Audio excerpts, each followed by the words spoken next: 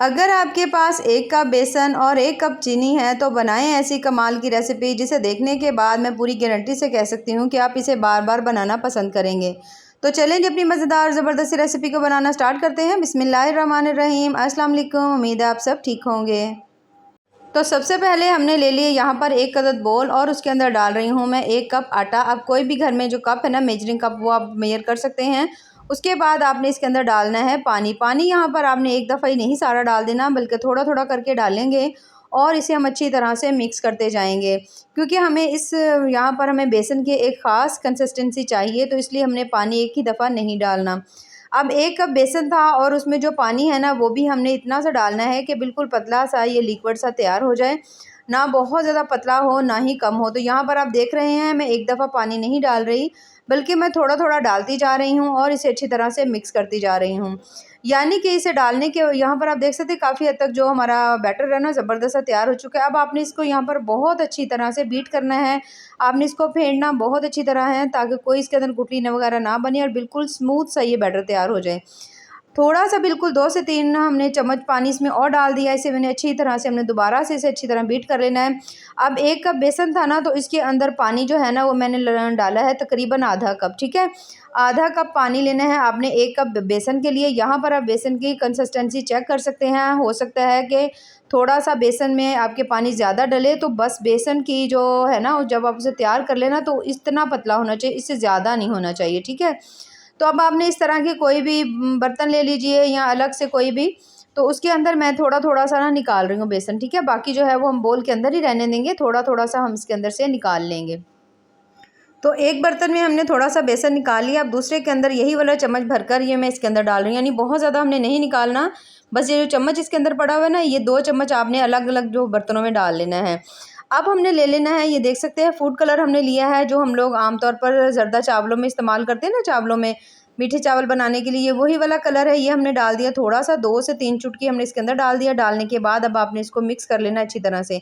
इतना आपने इसको अच्छी तरह मिक्स करना है, बीट करना है कि कलर जो है वो बहुत अच्छी तरह से इसके अंदर सेट हो जाए, कोई भी इसके अंदर अलग से कलर जो है ना वो नज़र ना आए। तो यहाँ पर आप देख सकते हैं ज़बरदस्त कलर जो है ना, माशाल्लाह से वो तैयार हो चुका है और बेसन जो है बिल्कुल ज़बरदस्त हमारा तैयार हो चुका है।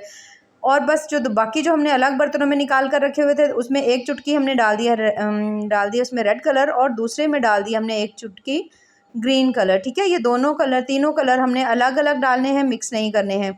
अब तमाम कलर डालने के बाद इन तमाम को आपने अच्छी तरह से मिक्स कर लेना है। जब तमाम कलर अच्छी तरह मिक्स हो जाए तो इन्हें हम रख देंगे एक साइड पर, ताकि ये कुछ देर के लिए बेसन को हम रेस्ट देंगे। ये देखिए कलर जो है ना, आपने अच्छी तरह बीट ज़रूर कर लेने हैं। तो यहाँ पर आप देख सकते हैं तीनों जो हैं वो बहुत ज़बरदस्त से यहाँ पर जो कलर है ना मिक्स हो गए हैं, तैयार हो चुके हैं। तो इन्हें हम कुछ देर के लिए रख देंगे अब रेस्ट के ऊपर।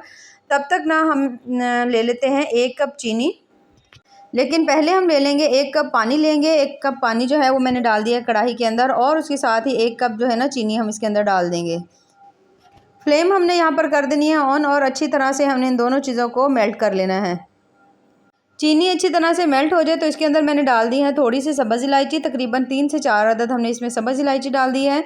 सब्ज़ इलायची डालने के बाद दोबारा से इसको अच्छी तरह से पका लेंगे हम, और इसे हमने यहाँ पर बहुत ज़्यादा गाढ़ा नहीं करना, बल्कि जब आप देखें कि जो चीनी है वो पानी के अंदर अच्छी तरह मिक्स हो गई है और आपने इसको बॉयल आने के बाद कम से कम आपने इसको 3 से 4 मिनट के लिए मीडियम हाई फ्लेम के ऊपर पका लेना है। उसके बाद मैंने इसके अंदर डाल दिए हैं 4 मग्स, तकरीबन 3 से 4 चम्मच मैंने डाले हैं, ठीक है।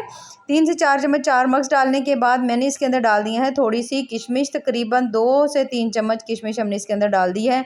अब इसे हम रख देंगे ठंडा होने के लिए एक साइड पर। अब यहाँ पर जो बैटर है वो हमारा ज़बरदस्त सा सेट हो चुका है। तो हमने ले लेनी है कड़छी। सभी के घरों में इस तरह से कड़छी जो है मौजूद होती है। अगर ना हो तो आप इसकी जगह जो कश होता है ना, जिससे आप आलू वगैरह ग्रेट करते हैं, तो वो भी ले सकते हैं। अगर वो ना हो तो आटा छानने वाली छन्नी भी ले सकते हैं। इसके ऊपर इस तरह आपने कप में ये तमाम जो है ना लिक्विड डाल लेना है, ये जो हमने बनाया था बेसन, और थोड़ा थोड़ा बिल्कुल डालते जाएंगे, और इस तरह से करके आपने इस कड़छी को घुमाते जाना है। एक ही जगह पर अगर डालेंगे तो बहुत ज़्यादा इकट्ठा हो जाएगा एक ही जगह पर, तो अच्छी तरह से नहीं बनेगा, ठीक है। तो ये जो हमने बना रहे हैं ना, तो ये देखें, अब आपने इसको थोड़ी देर के लिए छोड़ देना है, कम से कम 10 से 15 मिनट के लिए आपने बगैर हिलाई छोड़ देना है। और उसके बाद आपने देखना है, आप हिलाकर देखेंगे ना तो ज़बरदस्त तरीके से ये तमाम ऊपर आ जाएंगे, ये देखें इस तरह से करके। तो अब आपने इसको मीडियम फ्लेम के ऊपर पकाना है, और इसे तब तक पकाना है जब तक कि ये बहुत अच्छी तरह से क्रिस्पी नहीं हो जाती, ठीक है। आपने इनको नरम नहीं करना, आपने इनको क्रिस्पी करना है। इस तरह से जब आप किसी भी चीज़ में ऐसे डालेंगे ना, तो ऐसे आप इसको हल्का-हल्का सा उछालेंगे ना, तो आपको लगेगा कि इसमें क्रिस्प की आवाज़ आ रही है, तो हमने इसको तब तक के लिए पकाना है। तो यहाँ पर हमारा जो एक बैच है वो ज़बरदस्त सा तैयार हो चुका है। तो सेम इसी तरह से आपने थोड़ा-थोड़ा डालना है, कोशिश करिएगा एक ही दफ़ा सारा ना डालिएगा। तो 2 से 3 बैच में बना लीजिएगा, लेकिन थोड़ा-थोड़ा डालिएगा ताकि आपस में ये जुड़े नहीं, चिपके नहीं। तो सेम इसी तरह से सेकंड बैच जो है मैंने उसको भी ऐसे ही तैयार कर लिया है। कुछ देर के लिए उसे ऐसे पड़ा रहने देंगे, उसके बाद अच्छी तरह से हमने इसको क्रिस्पी होने तक पका लेना है, इससे पहले नहीं आपने इसको उतारना, ठीक है? तो ये देखिए बिल्कुल छोटी-छोटी सी ज़बरदस्त सी बड़ी प्यारी सी बूंदियाँ जो है ना वो तैयार हो चुकी हैं। अब इसे निकालने के बाद जो हमने बनाया हुआ था ना ग्रीन कलर, सेम इसी मेथड से आपने थोड़ा-थोड़ा सा डालते जाना है इसके अंदर। ये देखिए इस तरह से करके कड़छी को आपने घुमाते जाना है। मीडियम हाई फ्लेम आपने रखनी है, फ्लेम आपने बिल्कुल लो नहीं रखनी, क्योंकि अगर फ्लेम कम रखेंगे तो ये नीचे की तरफ बैठ जाएगा और फिर ये अच्छी तरह से नहीं पकेगा। तो ये देख सकते हैं आप, इसे भी हमने पका लिया है और ये भी बहुत ज़्यादा प्यारा सा कलर जो है वो ग्रीन कलर आ चुका है। और ये एक ही बैच था, क्योंकि बिल्कुल हमने थोड़ा-सा लिया था। तो जैसे ही ये भी क्रिस्पी हो जाएगा, इसको भी हमने उतार लेना है। तो बस आपने कोशिश करनी है कि आपने इसको मीडियम हाई फ्लेम के ऊपर पकाना है, जब तक कि अच्छी तरह क्रिस्प ना आ जाए इसमें। तो जब ये अच्छी तरह से, ये देख सकते हैं, ये भी माशाल्लाह से अच्छी तरह पक चुकी हैं, इनको भी हमने निकाल लेना है। इन तमाम को निकालने के बाद अब हमने जो हमारा रेड कलर रह गया था, वो भी हमने सेम इसी तरह से उसको भी हमने तैयार कर लेना है। और तमाम जो है ना इसके अंदर से ग्रीन कलर की जो बूंदी है वो हमने सारी निकाली। निकालने के बाद अब रेड कलर जो है वो हम इसके ऊपर थोड़ा-थोड़ा सा इस तरह से करके डालते जाएँगे। कड़छी जो है उसे अच्छी तरह घुमाते जाएँगे और माशाल्लाह से ज़बरदस्त से हमारी ये भी जो है ना बूंदी ये तैयार हो चुकी है। ये देखिए माशाल्लाह से कितनी ही ज़बरदस्त लग रही है और कलर भी इसका बहुत ज़्यादा प्यारा आया हुआ है। तो बस जब तक ये भी अच्छी तरह से क्रिस्पी नहीं हो जाती, मीडियम हाई फ्लेम के ऊपर इसे भी हमने पका लेना है। पकाने के बाद हमने इनको निकाल लेना है। अब इन तमाम को मैंने इस तरह से करके मैं इस एक बड़ी प्लेट के अंदर मैंने इनको डाल लिया था। ये देखिए इस तरह से करके, और यहाँ पर आप देख सकते हैं माशाल्लाह से कितने ज़बरदस्त इसके कलर जो है ना वो कितने प्यारे से लग रहे हैं। तो अंदाज़ा आपको हो गया होगा कि आज हम बना रहे हैं कलरफुल बूंदी के लड्डू, जो कि बाज़ार से बहुत ज़्यादा महंगे मिलते हैं। और आप जब घर में इसे बनाएंगे तो एक तो बहुत ज़्यादा हेल्दी वे में बना लेंगे, दूसरा बहुत ज़्यादा कम बजट में आपकी ये रेसिपी तैयार हो जाएगी। अब यहाँ पर जो हमने शीरा बनाकर रखा हुआ था उसे पहले आपने गरम कर लेना है। यहाँ पर आप देख सकते हैं अच्छी तरह से इसके अंदर बॉयल आ रहे हैं। बॉयल आने के बाद अब आपने ये जो बूंदी है ना ये सारी आपने इसके अंदर डाल देनी है। इस तरह से करके तमाम बूंदी हम इसके अंदर डाल देंगे। डालने के बाद अब अपने मीडियम फ्लेम के ऊपर आपने इस बूंदी को शीरे के अंदर पकाना है। और अब आपने इसको इतनी अच्छी तरह से पकाना है कि ये बूंदी जो है वो तमाम शीरा जो है ना अब्ज़ॉर्ब कर जाए। अच्छा, यहाँ पर जितनी ज़्यादा बूंदी क्रिस्पी होगी ना, शीरा जो है उतनी अच्छी तरह अब्ज़ॉर्ब होगा। क्योंकि अगर बूंदी आपकी नरम होगी ना, जब आप इसे बना रहे थे यानी फ्राई कर रहे थे, तो अगर आप वहाँ से नरम इसे निकाल लेंगे ना, तो फिर ये जो लड्डू है ना वो जैसे ही शीरे को अब्ज़ॉर्ब करेंगे ना बिल्कुल नरम से बन जाएंगे, तो वो इतने मज़े के नहीं बनेंगे। तो जितनी ज़्यादा क्रिस्पी आपकी बूंदी होगी ना, उतने ज़्यादा आपके लड्डू जो है ना शीरा जो अच्छी तरह अब्ज़ॉर्ब करेंगे और बहुत ज़्यादा कमाल की बनेंगे। तो यहाँ पर मैं इसे पका रही हूँ। यहाँ पर आपको लग रहा होगा कि इसके अंदर अभी शीरे की मिकदार अच्छी खासी है, लेकिन आप देखेंगे कुछ ही सेकंड में बूंदी जो है वो तमाम शीरा जो है ना वो जज़्ब कर लेगी अच्छी तरह से। और ये देखिए यहाँ पर हल्का-हल्का सा भी नज़र आ रहा है। तो इसे मैं पकाऊँगी तब तक जब तक कि अच्छी तरह तमाम शीरा ख़त्म नहीं हो जाता। मीडियम फ्लेम के ऊपर आप पकाइएगा, लो फ्लेम मत रखिएगा, ठीक है?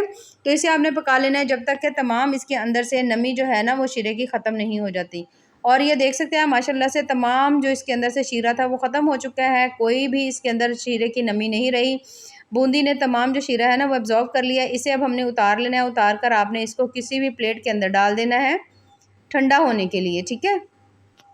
किसी भी चम्मच की मदद से इस तरह से करके थोड़ा-थोड़ा सा फैला देंगे और आप इसको चेक कर लीजिएगा जब ये थोड़ा-थोड़ा सा ठंडा हो जाए। बहुत ज़्यादा आपने इसको ठंडा नहीं करना, जैसे हल्का-हल्का सा नीम गर्म होता है ना, बस उस तरह से हो। आप इसको हाथ लगाकर टच करके देख लीजिएगा। जब आप देखें कि थोड़ा-सा ये सॉफ्ट हो चुका है, तो फिर आप हल्का-सा हाथ के ऊपर ऑयल लगा लीजिएगा और उसके बाद आपने इस तरह से अच्छी तरह से दबा-दबा कर आपने ये जो लड्डू है ना ये तैयार कर लेने। यहाँ पर आपकी मर्ज़ी है, आप इसका जितना मर्ज़ी बड़ा साइज़ रखना चाहें, लेकिन आपने कोशिश करनी है कि अच्छी तरह से आप इसको दबाएँगे तो लड्डू जो है ना वो बहुत ज़्यादा परफ़ेक्ट तरीके से तैयार होंगे।